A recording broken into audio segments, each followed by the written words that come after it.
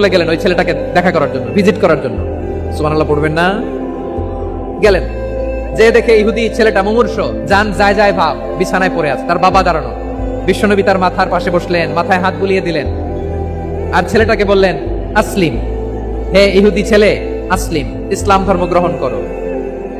তো ছোট্ট ছেলে ভাবে আমরা ইহুদি, এখন ইসলাম ধর্ম গ্রহণ করলে আব্বা যদি বকা দেয়, ফানাযারা ইলা ওয়াজহি আবি, ছেলেটা তার বাবার চেহারার দিকে তাকালো, দেখে আব্বা কি কয়। আব্বা যদি বলে তাইলে ইসলাম ধর্ম গ্রহণ করো। ইহুদি ছেলেটা তার বাবার দিকে যখন তাকালো, ওর বাবা বলে, আতিয়া আবুল কাসিম, আবুল কাসিম যা বলে তাই করো। আবুল কাসিম হচ্ছে বিষ্ণু ইসলামের একটা কুনিয়াত, উপনাম। আমার রাসূলের বড় ছেলের নাম ছিল কাসেম। যেমন দেখবেন আমাদের এলাকায় কারো ছেলের বড় ছেলের নাম যদি হয় আব্দুল্লাহ, এরা আব্দুল্লাহর বাপ বলে ডাকে। কারো বড় মেয়ের নাম যদি হয় ফাতেমা, এরা কি ডাকে?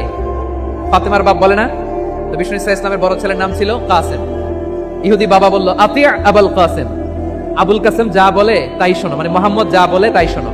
এই কথা শুনে ছেলে সাহস পাইছে, ছেলে আবার পড়তে আরম্ভ করলো, আশহাদু আল্লাহ ইলাহা ইল্লাল্লাহ ওয়া আশহাদু আন্না মুহাম্মাদার রাসূলুল্লাহ, পড়েন আল্লাহু আকবার। বিশ্বনবীর আহ্বান শুনে ওই আহ্বানে সাড়া দিয়ে ইহুদি ছেলে শাহাদা পড়ে মুসলমান হয়ে গেল। তার হৃদয়টার ঈমানের নূর দিয়ে আলোকিত করে দিল কে?